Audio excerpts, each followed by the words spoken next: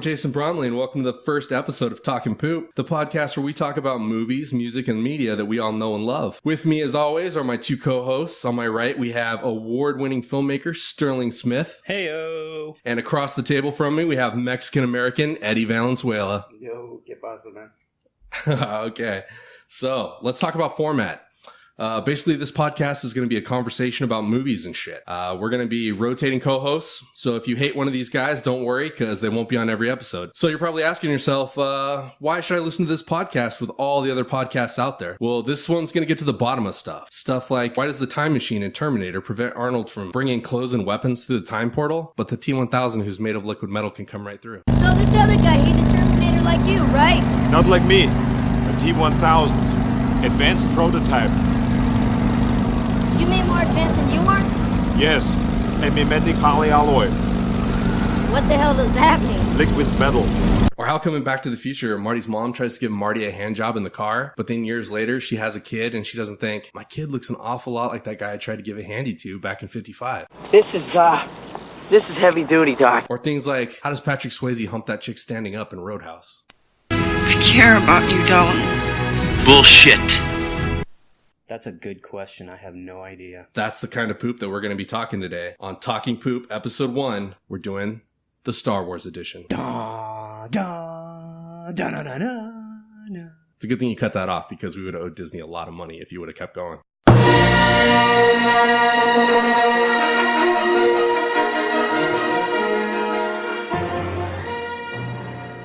Okay, Sterling, Yo. We're talking Star Wars. Tell us, how did Star Wars come into your life? Star Wars came into my life because of my older siblings. Return of the Jedi came out in 1983. I was only 2 years old at the time. So as I'm growing up, I'm being exposed to these movies that my siblings are just like, hey, this movie's so cool, and look at these action figures that we have. And, you know, obviously as a kid, you're thinking, I want to be like my older siblings. So I just kind of go along with the ride until I start to understand the story. I start to really get into, especially the toys. I mean, the toys were a big thing. I absolutely adored Han and Carbonite toy. Whoa. We're talking Return of the Jedi? You came into it during Return of the Jedi? No, I'm saying Return of the Jedi came out in 1983. I was born in 1981. I was only 2 years old when the last one came out. So I was kind of late in the whole thing. Did you see them in order? I don't remember. See, I was born in 78, but I know that I saw the first one, and then Empire, and then Return of the Jedi in order. Yeah, I don't remember. That one I don't remember. So how old are you? 36. 36. Okay, so I'm 40. Eddie, how old are you? Yeah, I'm 25. Like, when you were a little kid, what was like the first Star Wars that was coming out? Dude, the only thing I remember was Luke blowing up the Death Star, the little ice stage, and then the forest with all the little fuzzy creatures, and the little desert area with, Jabba the Hutt? But, yeah, that's pretty much all I can remember. See, I think one of the great things about Star Wars is that you can put yourself into the characters, whether it be with the toys or whether you're just playing out in the backyard with the middle of, like, wrapping paper things, you know, those cardboard things you use those as lightsabers. Cardboard tubes, yep. Cardboard tubes, and you can hit each other as hard as you can. You won't get hurt. But I think that part of the appeal is putting yourself into the story, which, of course, I never wanted to be Luke. I always wanted to be Han. Sterling? I always wanted to be Han, dude. Every kid wanted to be Han. Nobody wanted to be Luke. Damn. So, Eddie, from a Mexican standpoint... I take that... Oh, no. Luke. Okay. I take that back. One guy we all do know wanted to be Luke Skywalker, and that was the Oklahoma City bomber, Timothy McVeigh. He wanted to be Luke Skywalker. So you're in good company, Eddie. Traveling through hyperspace ain't like dusting crops, boy. But let's talk about the new Disney versions and how they've tried to make it for everybody. And I personally, I'm gonna get on record right now as saying that I do enjoy the new Star Wars. I think that Rey and Poe and the black guy are...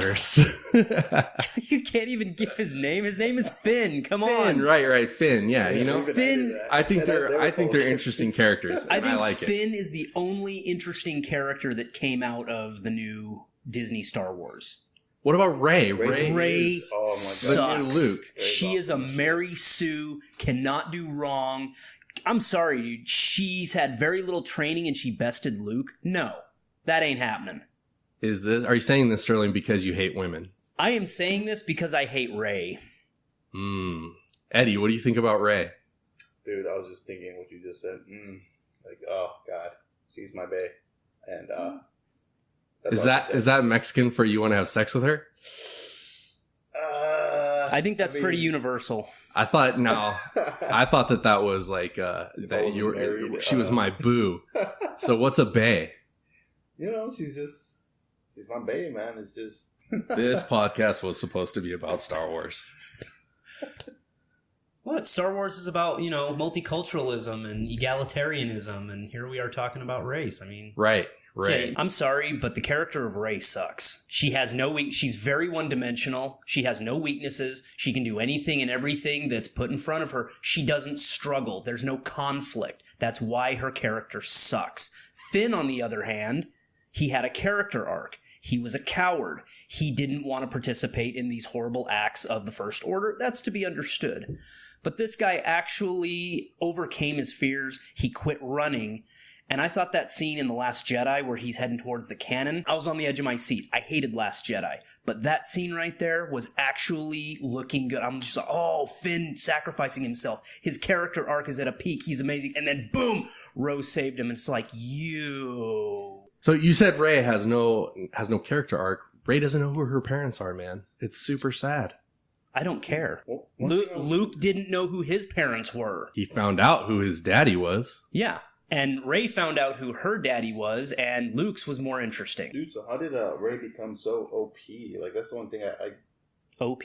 Yeah, like, overpowered. Like, what was so special about her family that, she was born to be, like, this fucking... I think that J.J. Abrams, and Jason, correct me if I'm wrong here, I think J.J. Abrams created the character of Rey to have that mystery at the start. I think they could have done something quite amazing with her backstory of where she came from. And then Rian Johnson came in and just said, oh, no, you're nothing special. Yeah, they're just a bunch of druggies, and they're buried out in the desert somewhere. And it's just like, wow, thanks for building that up only to cut us down. It's kind of like what they did with Snoke.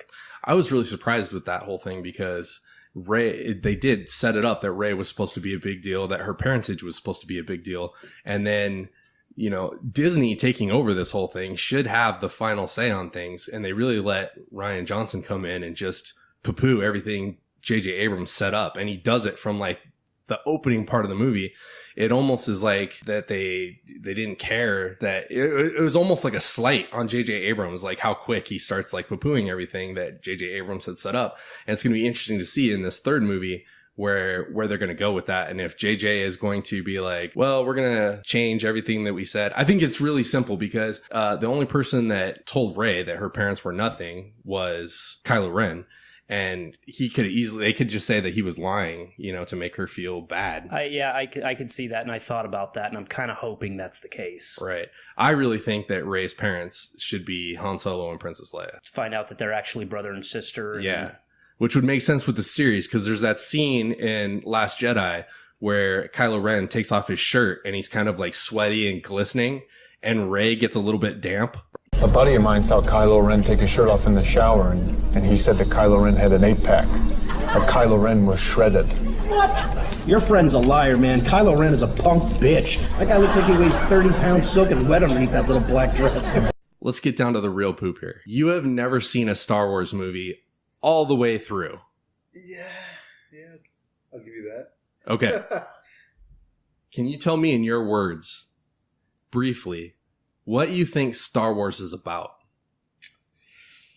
Wars in space. So basically, wars in the stars is what you're saying. It just looks like someone that doesn't really follow the story to any movie ever. It just looks like some freaking douchebag is just trying to take over the universe. And whoa! Who's this douchebag you're speaking of? Well, I mean, don't you dare say Darth Vader. I'm guessing from the last movie I saw, it was that one dude, Snoke. I got a bad feeling about this. Is that his name? Snoke? Okay, so you're basing your hypothesis on the Star Wars universe based on the last film that came out, which I believe is number 8. Yeah, number 8. Okay, all right. So Snoke is a douchebag who tried to take over the whole universe. Yeah, him and his underlings and whatnot. And it just seems like every time they kill one off, another one seems to rise. And yeah, but didn't you know that's how it works? Yeah, I get it. That's why you always have to be on guard. Yeah. And so these people just don't like the way that these guys are ruling, so they're going to do something about it, I guess they're due for a type of a civil war of sorts, just like modern day America. I don't know. So basically, you think that Star Wars is the movie Colors. I probably would have never seen that movie if it weren't for you. Like, can you imagine if Han Solo, like, rolled up and was like, "What's up, blood?" and just, like, blew away one of the Empire guys? Yeah, but in the original trilogy, I could actually see Han doing that because he did it to Greedo. Why not? Han used to be an Imperial officer, and so he knows just how bad the Empire is. I mean, why wouldn't Han just go... Whoa. That's getting into some very delicate material about Han shooting Greedo. What are you talking about, delicate? He did shoot first. Does it matter, though, if you've done something, but then someone goes back and changes your actions? Yeah, see, that's called playing like Time God. It is. George Lucas thinks he's a time god. We all know that. Okay, Eddie, from someone completely uninitiated to Star Wars, I have some questions for you. Some Star Wars related questions. And just give us your best answer. We know you don't know correct answer, but I just want to hear, in your words, what you think the answers to these questions are. All right. Yeah. What does Jabba the Hutt do for a living? I don't know. Is he like some kind of human trafficker or something? That makes sense, especially with Leia and her bikini. Yeah, and the Twi'lek that was in her little outfit beforehand. I could see it, but it was never mentioned. Some kind of like gang boss or whatnot. Just ding ding ding ding ding ding ding ding. I like human trafficker. We're gonna go with that. You know what? I think Jabba the Hutt was a jack of all trades. I think he delved into everything and anything that people wanted in the black market. I think that he was into human trafficking, or we should say person or sentient being trafficking, since it's egalitarian. Yeah. He was into the drug trade. He was into the racketeering, espionage. He was into all that stuff. Size matters not. Look at me. Judge me by my size, do you? Okay, Eddie. Question number 2. Yeah. What is a Kessel Run? It's a ship that made the Kessel Run in less than 12 parsecs. I was going to use my context clues. Is that one of the spacecrafts? Or the little bikes? No. Okay. No. By the little bikes, I think you mean the land speeders. Oh, crap. Oh, whoa. I just screwed up too. It's not the land speeder. What's the bike that they use? It's a speeder bike in Return of the Jedi. Come on, you guys. I'm sorry. See, I can forgive Eddie, but you? I know. Oh, I'm only like a halfway nerd. Like, so okay, I was gonna say, if he doesn't know what the Kessel Run is, then we've got to educate for those. Well, actually, that don't know unless what you've the Kessel seen Run is. Solo, you don't actually have a good idea of what the Kessel Run is. No, if you've read the expanded universe, you know exactly what the Kessel Run is. Oh, I don't know about this. Enlighten us, Sterling. Now, I don't know how they portrayed it in Solo, but from what I understand, my memory of the Kessel Run, Kessel was a planet. It was a planet that moved a lot of parts, a lot of materials, a lot of stuff.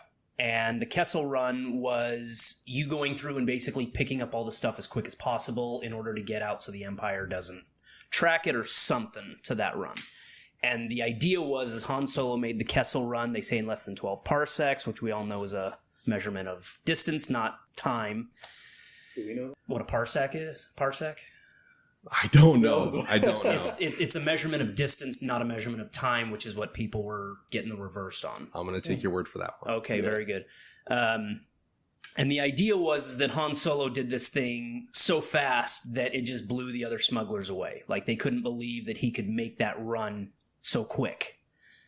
And that's kind of what made Han Solo famous, especially within the smuggler community. That's what I remember, but that's probably kind of way off. But what did they portray in the Solo movie? Because I haven't seen it. Yes. Okay. So as the only one who's seen the Solo movie, the Kessel Run is some sort of wormhole that you can fly into and you can like warp from one area to another. So it's like a way of getting to somewhere fast. But outside of this Kessel Run is a huge, like, teethy vagina creature that will eat your fucking Millennium Falcon if you pop out the wrong hole. Wasn't that The Empire Strikes Back? No, this is different than that.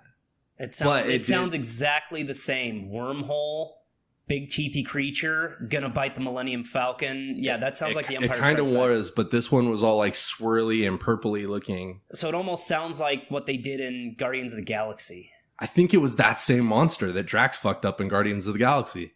Oh my. Yeah, I think they just reused it. No. I'm talking about when they did their whole little like jumps. That was hilarious filming. I really like that scene. But I'm asking if that was the same thing. No, the way they portrayed Solo wasn't nearly that entertaining. Now, like I said, I could be completely wrong on what the expanded universe was. That's just what I recall being told to me. It could be different, so...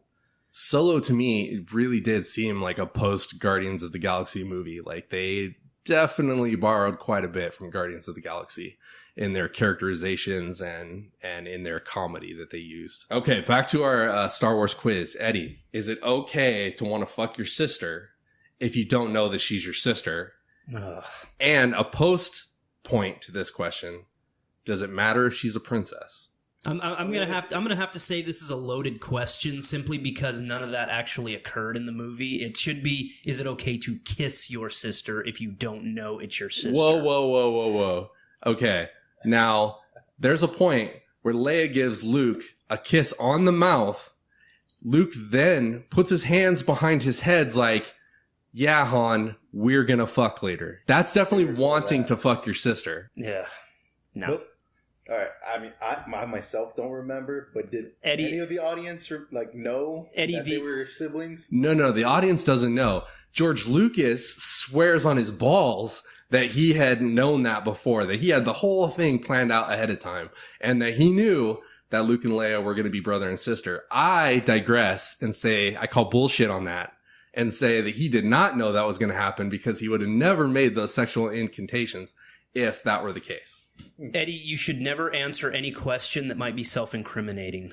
You're at a quinceanera, lots of family around, and you don't know that you're about to dance. You see this girl in a big, beautiful, poofy dress, just shiny with sparkles on it, and you go over and you ask her to dance. And next thing you know, she's kind of rubbing on you. You're starting to get a little bit hard. And then your stepdaddy comes over. Let's say his name's Julio. Your stepdad comes over and taps you on the shoulder and says, Eduardo, that's your sister you're humping on. And you're like, does your boner go down or does it get harder? Well, first of all, it's a quinceañera, and you know that you're bound to be related to someone in there because you don't get invited to one of those unless you're family. And this episode has turned out to be way more racial than I had intended it to be. So I think we should stick with the questions that aren't so loaded. But going back to that, if it was... Don't self-incriminate. Here's the thing.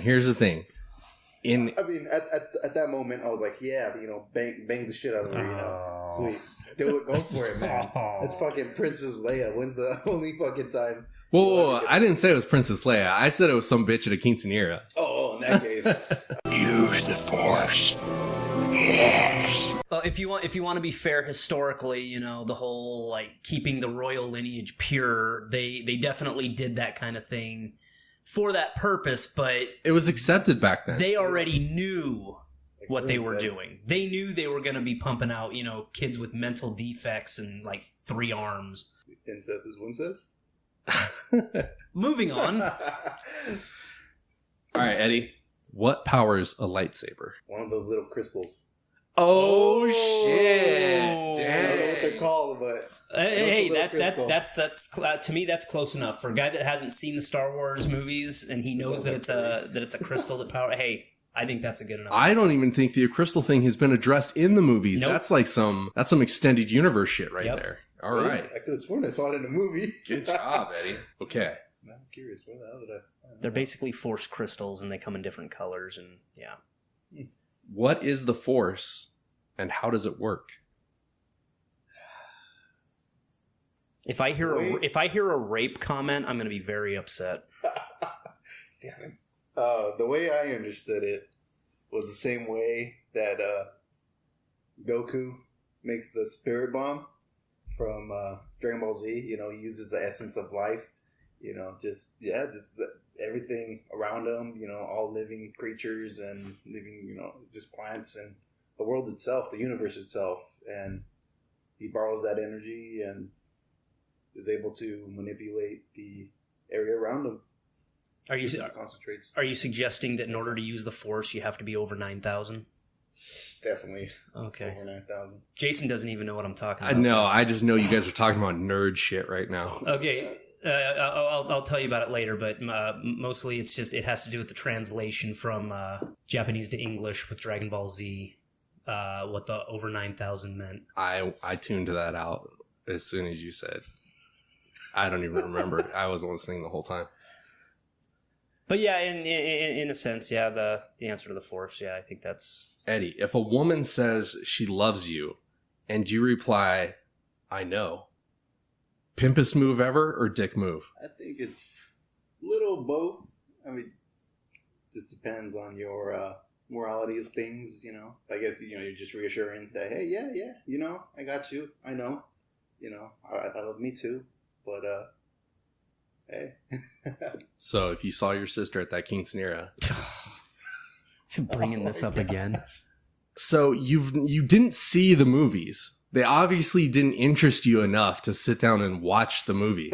But it's so much in our culture. You've probably seen it on pop cans. You've seen coloring books. There's toys. There's video games. Yeah. So it's out there. You've seen Star Wars everywhere you go. Like you said, you know characters like Darth Maul and Senator Snoke and... Senator? Was he a senator? No, he wasn't a senator. Leader. He was Supreme Leader Snoke. That's not even a thing. I mean, Trump doesn't even call himself Supreme Leader Trump. Give it some time. Maybe. So from an outsider's perspective, did it interest you? Do you just pick up on little pieces here and there? But it didn't interest you enough to actually bother to sit down and watch the movie? I mean, the action definitely interested me. Everything else, I was like, what, 6 years old? I had the attention span of a fucking 2-year-old at that age. I'd argue you still have the attention span of a 2-year-old. But I got little bits and pieces, but I honestly didn't know a lot of the politics behind it or anything like that. So again, there weren't politics really until the prequels came out. Yeah, till Phantom Menace came out, there really wasn't. You know, I felt was a huge misstep on George Lucas's part. It was definitely misguided. He should have kept it simple and sweet. Here's the thing. Here's my theory on that. Let's hear it. That, okay, George Lucas, first off, George Lucas is like the nerd that was sitting in the locker room and said something funny that made all the jocks laugh. And then he thought he was cool. So he created 3 movies that were pretty awesome. But I'd say that a lot of the success, I mean, if you really look at the first Star Wars without all the nostalgia, it's not the best movie. It's not the most exciting movie. It has some cool ideas and some cool effects for at the time. I'd say Empire Strikes Back is one of the best movies of all time. And I think that Empire boosts the power of the first one. And then Return of the Jedi was also really good too. But I think that it's easy to look back on it and be like, oh yeah, Star Wars is awesome. And I have to give credit. I'm probably on dangerous ground right here. I have to give credit to George Lucas for being the creator of all this stuff. But really his creation got out of his hands. Other people took it over. The fans certainly took it over and made it theirs. And like I was saying before, it's the toys, the video games, the going out in your backyard and playing it as a kid that adds to all of these things. You know, it adds to the movie experience. And I think that when he went back and he did the prequels, I really feel like he didn't necessarily have a story there. He says that he did. I've also heard that he wrote down like Vader used to be a Jedi on like a cocktail napkin, and that was his basis for the whole prequels. But I think that the fans demanded the prequels more than he wanted to make the prequels. And then he said, okay, if I'm going to make these movies, I'm going to make them based on what I'm interested right now. And obviously he was interested in politics and what was going on with the country. And he made his movie more about that than this cool band of heroes and this epic bad guy that he created and what his past was. Empire, I think, like you said, it really did boost the credibility, I guess, of Star Wars, the original. My friend Josh one time pointed out to me, he says you can really tell the success of the original Star Wars by how Darth Vader looks compared to Empire and how he looked to A New Hope. If you look at the original VHS like real original, you see through the eye holes of Darth Vader. They've got this like red tint to them. Yeah, I didn't notice that until I was like 30 years old. When I first saw it, I was like, whoa, Vader's got red tinted glasses. Yeah, and you can kind of see his eyes. Yeah. But then in Empire Strikes Back, the helmet was shiny. It was symmetrical. It was dark glasses. The cape was just amazing. I mean, Vader looked probably his best in The Empire Strikes Back. And, I mean, let's face it, Star Wars changed the gameplay for everything in Hollywood. All done by him. He had full control, full creative everything, and that wasn't the case for the original trilogy. I don't think that was a good thing for the prequels. Oh, no, it was definitely not. He obviously had too much control. Way too much control. And Jar Jar, I mean, everybody bags on Jar Jar. And I understand what he was doing with Jar Jar. He was trying to add levity and comedy to it, which a lot of people were like, well, that doesn't belong in the Star Wars universe. Well, when the little toaster droid in the first Star Wars rolls away from Chewbacca, I mean, that's a silly moment. There were silly moments in Star Wars, but we forgive it or forget about it because of our nostalgia for it. But what you're failing to see is that having those little moments with characters that mean nothing to the overall story is fine. Have the little thing, do the little squeal thing, and then go away. Let's face it, if Yoda stayed in the character when he first met Luke, the whole entire time going, Luke, it would have gotten old really fast. It would have gotten very annoying and people would have hated Yoda. But when he changed and he became more stoic and more serious and had that mentality of a very wise Jedi Master, then he was more serious. Now, from what I gather, and this is, one of those Reddit users' fan theories, which I think would have been good, is if the Phantom Menace was Jar Jar Binks. Looky, Senator. Decent Jedi arriving. If they would have made it to where Jar Jar Binks was a Sith Master, or not necessarily a Master, but just like a Sith Lord, if he would have came in and then suddenly his clumsiness stopped, his voice changed, and his eyes changed, I think people would have been forgiving of how annoying Jar Jar was in the first one. So, like, if they pulled, like, a full-on, like, Kaiser Sose, like, he's tripping over his own ass, and then all of a sudden he, like, starts standing up straight, pulls out a big old, like, smoke, and starts, like, lighting it up. Maybe not that far, but pulls out the lightsaber and goes up against Obi-Wan and Anakin and just dusts them both. I think if that happened, it would have been a lot better. Because that actually, I mean, that's one of the most crank theories I've ever heard, but it's actually very, very cool.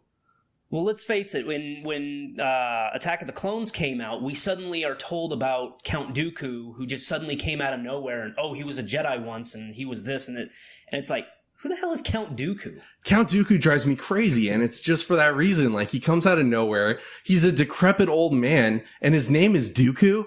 Well, like, Darth Vader is the scariest sounding name in the world, and this dude comes out and he's like, I'm Count Dooku, and they're like, nice to meet you, Count Dookie. Yeah, I mean, that's serious, but the one of the things that people didn't really realize is that Count Dooku, quote-unquote, his name was Darth Tyrannus. But they didn't really talk about that. They just always called him Count Dooku.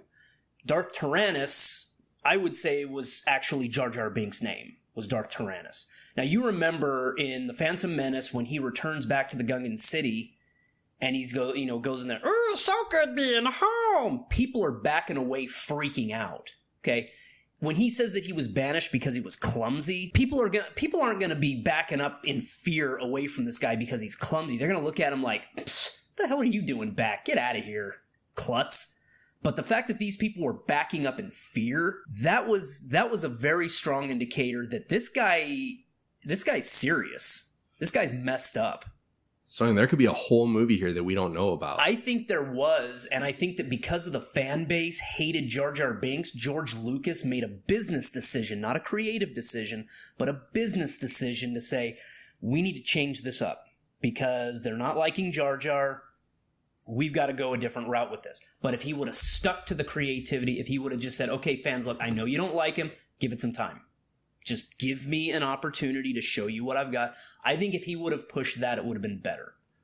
Maybe if, like, at the end of episode 1, Darth Maul lights up his lightsaber, and then all of a sudden you just see, like, a close-up of his face, and he's looking all pissed off and evil, and then all of a sudden he goes like, oh, and then you look down, and he's been cut in half, And Jar Jar standing behind him, and he's like, Misa, just fuck you up! And like his lightsaber looks like a candy cane, like it's red and white. And it's even curved at the end. Yep, that'd be amazing, dude. It looks like a sickle saber. I want rights to this. Like, we need to make this fan film of what really went on with Jar Jar. Maybe. I think he'd make a great Jar Jar, actually. Let's do it. But I don't remember who the Reddit user was, but somebody actually came out with that fan theory, and it circulated around on the internet for a while. And I think it's a great theory. I would have actually liked it if it went down that path a lot more. And it would have been a lot better if they didn't kill him off. So that at the end of episode 3, Jar Jar Binks is technically still out there. Darth Tyrannus is still out there. Because that would have added an element of fear for the new movies. But it's just, I think the Star Wars universe, as far as the structure and story, it all collapsed starting with the prequels, and the sell to Disney, and the fact that they wanted to do their own thing and not take in some of the expanded universe and the original ideas. They destroyed Star Wars permanently. There is no repairing to go back to the original anything. See, I have to disagree with that, because Disney had bought this property, and there's so much stuff. Everybody feels like they're entitled to it. And I'm not one of these people that just is a hater because Disney picked it up and made these new movies. First off, you couldn't have done worse than the prequels, and that was done by the man himself. But then Disney came through, and they had to clean house, man. They had to sweep all the shit off the table so that they could have a starting point, you know? And when people said The Force Awakens was so much like the first Star Wars, fucking man, thank you for trying to make it like the first Star Wars, because that is what was missing with episode 1, 2, and 3, is that it didn't even look or feel like Star Wars. The whole universe was shiny and clean. And I was one of those people. I'm not a hater where I was just like, I hate these movies and they're bullshit. I hated these movies and they are bullshit, but there's a reason behind all that. And it's because had they said like, okay, this is the way the world was in the time of the Jedi, that it was all clean and perfect and looked this way. And then after the war, everything was like fucked up and dirty and crusty like it is in Star Wars, which is one of the things. The aesthetic of those movies is so cool looking and so different, especially for space. Even now in science fiction tends to be like really glossy and shiny and pretty. And Star Wars was never like that. So when they went back with the prequels and made it that way, I just was not interested from the very beginning. And then I think that George Lucas just completely, the thing that makes me so mad about the prequels is that George Lucas had the opportunity to tell an epic story. He had this bad guy, Darth Vader. Everybody loves Darth Vader. He looks cool. He is cool. And we wanted to know more about him. And what we got was a horrible little kid playing him through the whole first movie. The little kid aspect of Darth Vader should have been 5 minutes of The Phantom Menace. And then from there, we should have gone into Darth Vader being a teenager, learning the Force, and we should have seen him be like elements of that evilness coming through. I know he killed the dudes that kidnapped his mom.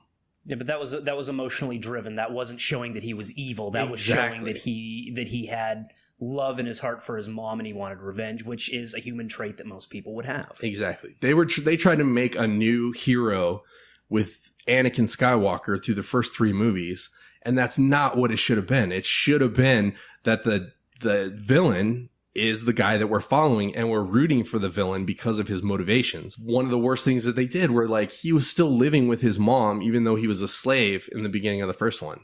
Like, cut that out. Make it that his mom was a slave and that he never got to see her. And that was the emotional balance for why he was so mad and he was so angry. And he had to break free of slavery, and that should have been like a driving force of like who he was as a person. But like being a little kid who wins a pod race and then he gets to go hang out with the Jedis, that didn't make Darth Vader to me, you know? And I never bought of why he went to the dark side. Even in Revenge of the Sith, the third Star Wars, I never bought that, like, why would this guy turn to the dark side? And I never bought the romance between him and Padme. Like, that should have been intense, like intense love. And like, you're just like, she's going to die and he's got to do anything he can to save her. And it was literally like he was bringing her some chicken nuggets.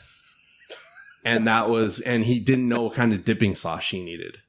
Like, that's about the emotional intensity that I felt at the end of episode 3. You never really had any kind of emotional, emotional wrecking ball with the war that was going on. People were saying, like a wrecking ball. Yeah, thanks. I don't know how you felt, but when you see the original Star Wars and Luke says, you fought in the Clone Wars, my original thought was they cloned other people to make more soldiers. Right.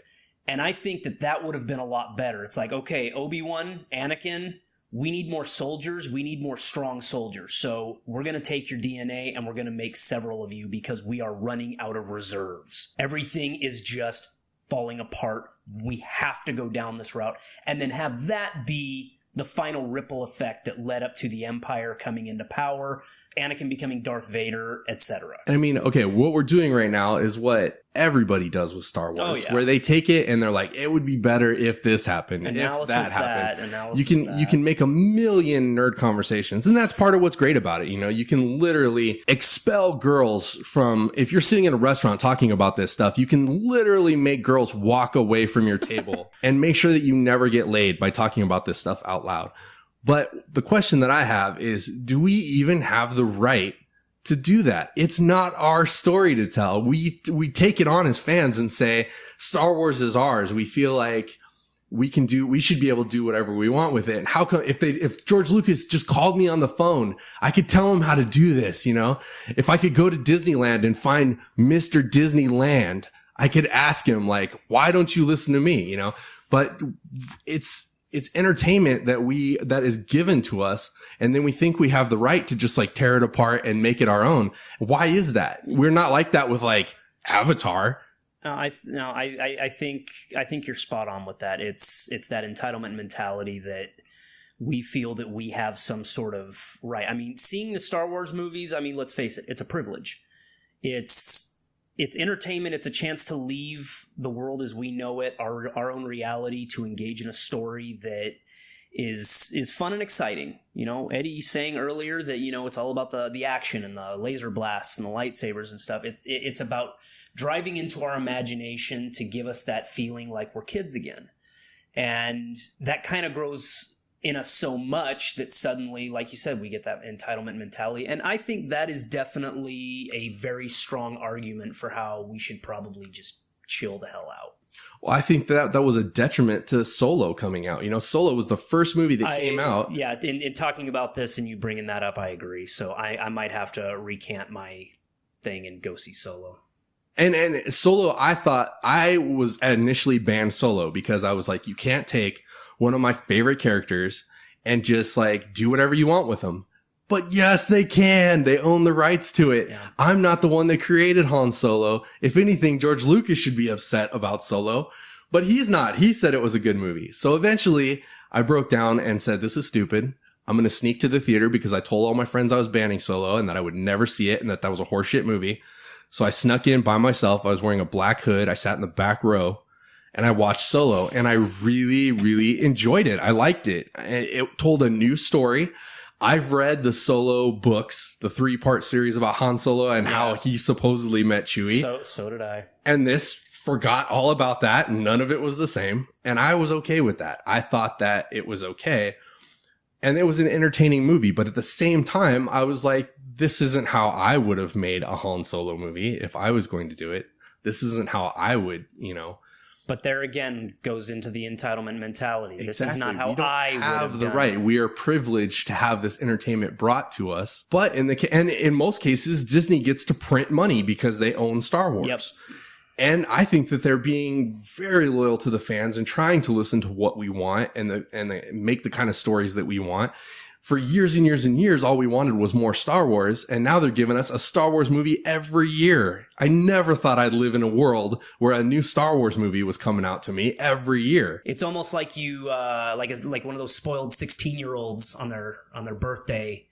Their parents give them a car, and they give them a Toyota Corolla, and they're like, "But I wanted the Benz." Just for the record, I received a bowling ball on my 16th birthday. And I don't bowl. My sister got a bike. My dad was cruel.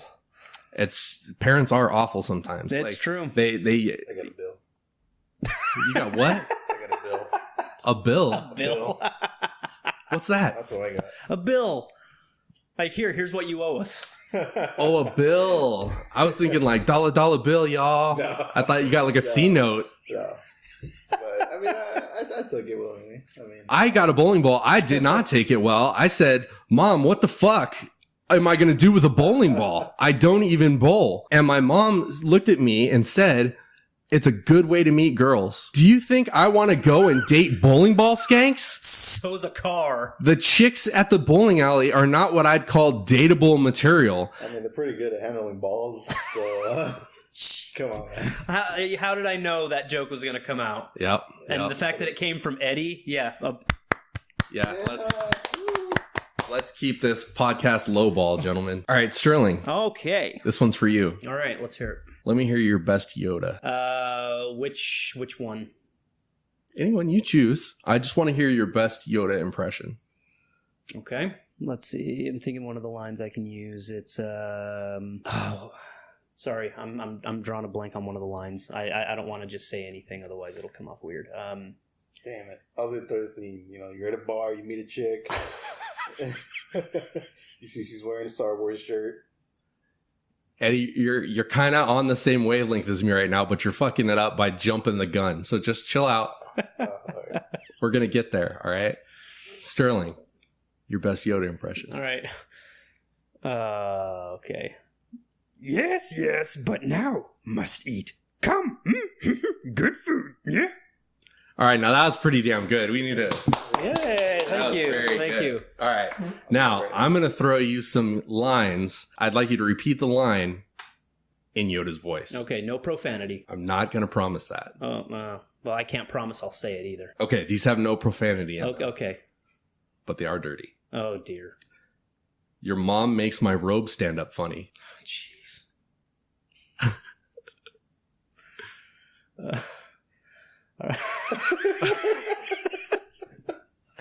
I'm trying to think of which one would be the most comedic, the stoic or the fun-loving Yoda.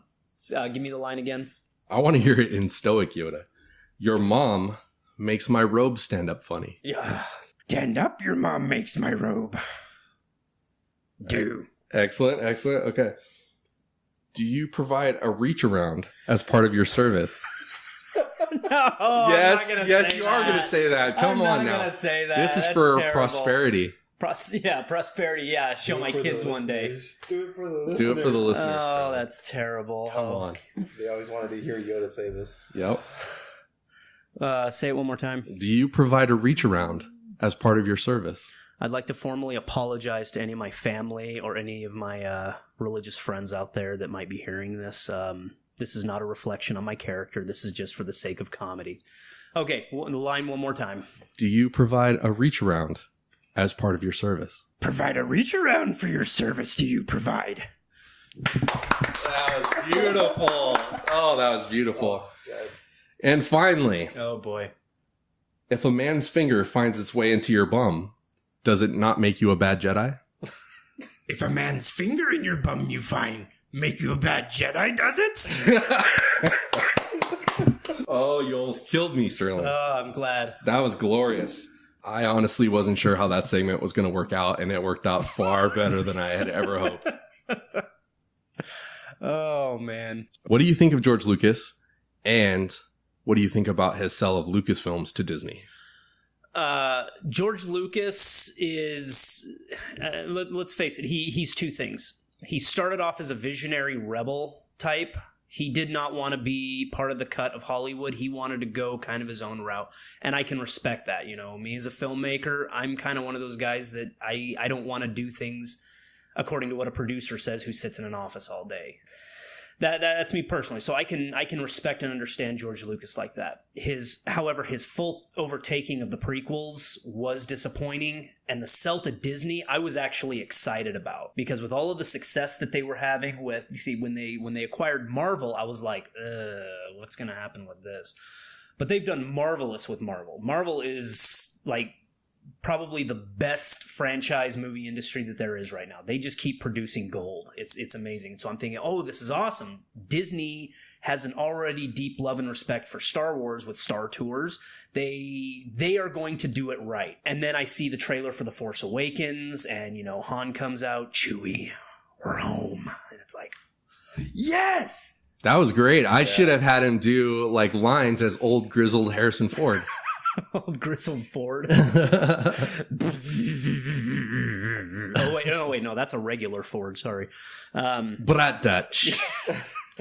I was excited for the acquisition of Star Wars by Disney. I was excited for it. Saw the trailer, loved it, and then when I saw the movie, I was just like, "The hell did I just see?" And then it took me a little while to realize what was going on. And then after that, Rogue One I thought was okay. The Darth Vader hallway scene was incredible. That was probably the only redeeming quality of it. But after seeing Last Jedi, I hung up my Jedi robe, I put away my lightsaber, and said, I'm no longer a fanboy. Disney destroyed Star Wars permanently. So I think that in the long haul, the acquisition of Star Wars by Disney was a bad move. And especially now, considering they have to make all that money back for what they paid for it, and the fact that they're doing the Star Wars land, this is probably going to be a big dent in Disney for doing this.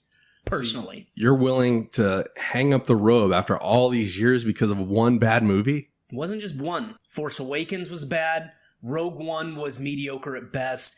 Last Jedi was an abortion. And like I said, God, I haven't seen Solo Comparing yet. a Jedi movie to an abortion, that's pretty hardcore. That's exactly what it was. They aborted Luke. They destroy, and I mean, let's face it. What can they do now that Harrison Ford wants nothing to do with the Star Wars universe? I'd argue he never wanted anything to do with the Star Wars universe. Well, he didn't, but he was still more or less under some form of, I don't know if you'd call it contractual obligation. I don't know. I know for a fact that Disney was not going to push anything further unless Harrison Ford was on board. And so when they said, okay, your paycheck will be $30 million, I'm pretty sure he was like, all right, let me gas up the plane. and then he crashed the plane, but you know he lived because he flew solo.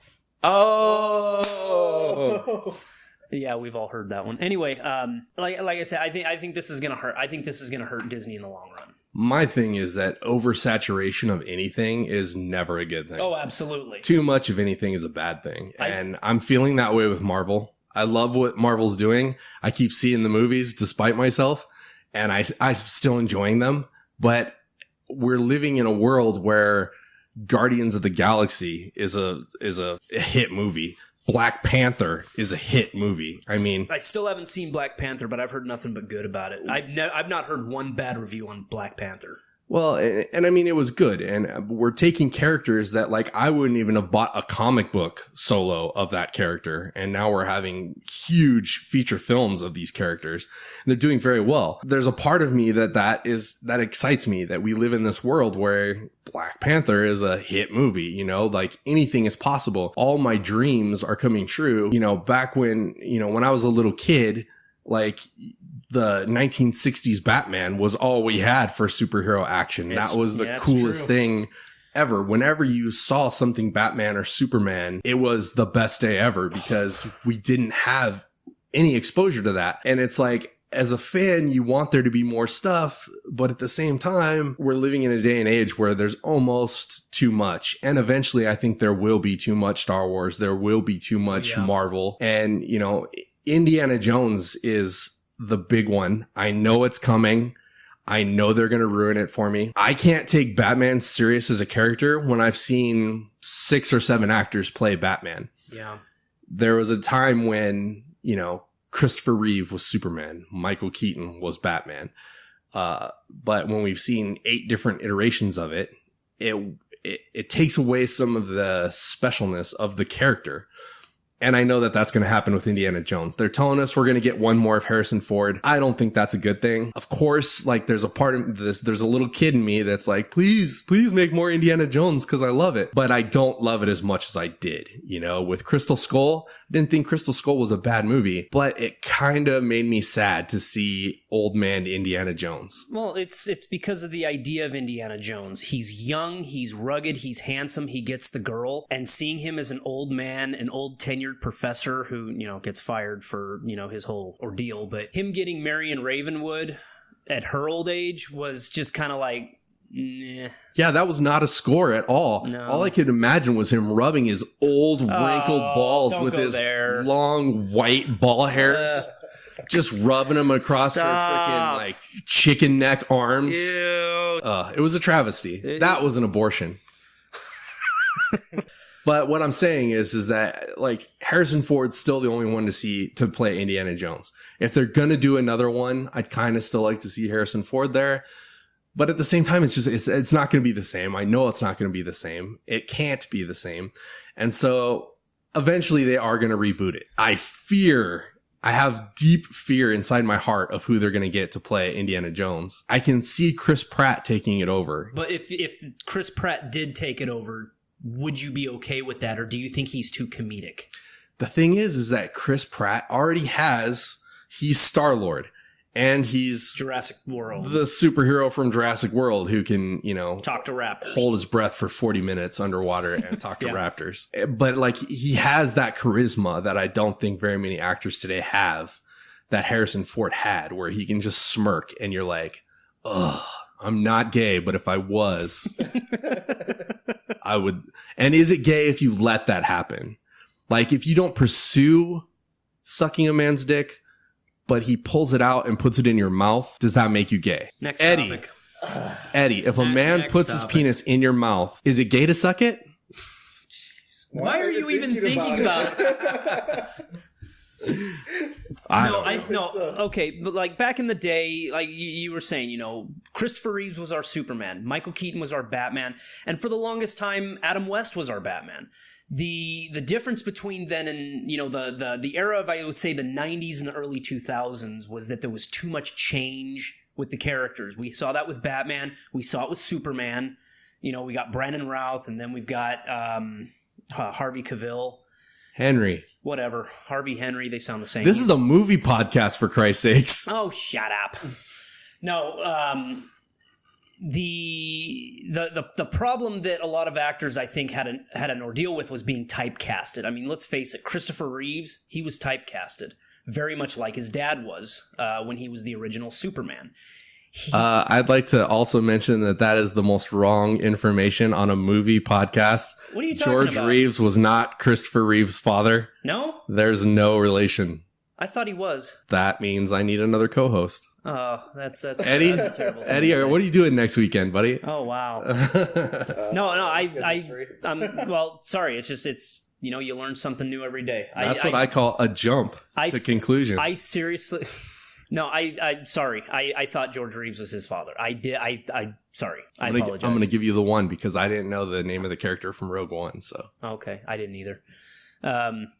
It's the mentality of typecasting now. The only show that ever successfully made it so that you could change the characters and keep the show going was Doctor Who. Oh, God. Don't even get into this. Oh, no, we don't need to get into the Doctor Who. It's just, it's an example of how you can actually make it so that actors aren't there for too long and you can change the person. That show should be called Dr. Y. Dr. Huh? My wife hears this. She's not going to be happy. She's a Doctor Who fan. Oh. No, but... And you give her your penis. I find your lack of faith disturbing. All right, Eddie, I think it's about time to wrap things up here, but it would take 22 hours and 40 minutes to watch all of the Star Wars movies from episode 1 all the way down to Solo. You could do it in one weekend. After all the things that we've talked about today, are you willing to make that commitment? I'm down. Sounds like a movie challenge. You've been listening to Talking Poop, Star Wars edition. I hope that we at least entertained you because we didn't give out any new information. We didn't really have the right names for actors. Kathleen Kennedy's leaving. That's new information. Sterling thought that George Reeves was Christopher Reeve's father. And I don't think that anymore, so I've gained something from this. All right, so somebody got something out of this podcast. Eddie, did you pull? Only if you're white. There you go. Yep. What would you say you got from this podcast today, Eddie? Probably that just go back and rewatch the movies and actually pay attention to the story. I would say that's good life advice, is to watch movies and pay attention. Just watch where you're going. Leave reality for a short time, 2 hours at a time. Just leave reality. Your problems are going to be there, but go and just enjoy a story outside of your normal daily routine. Seriously, Eddie, your life is so depressing to me. So everybody, if you see Eddie out there selling oranges on the side of a busy intersection, please buy a bag of oranges. Please. Buy like 2. Hey, kids to feed. Feed them the oranges.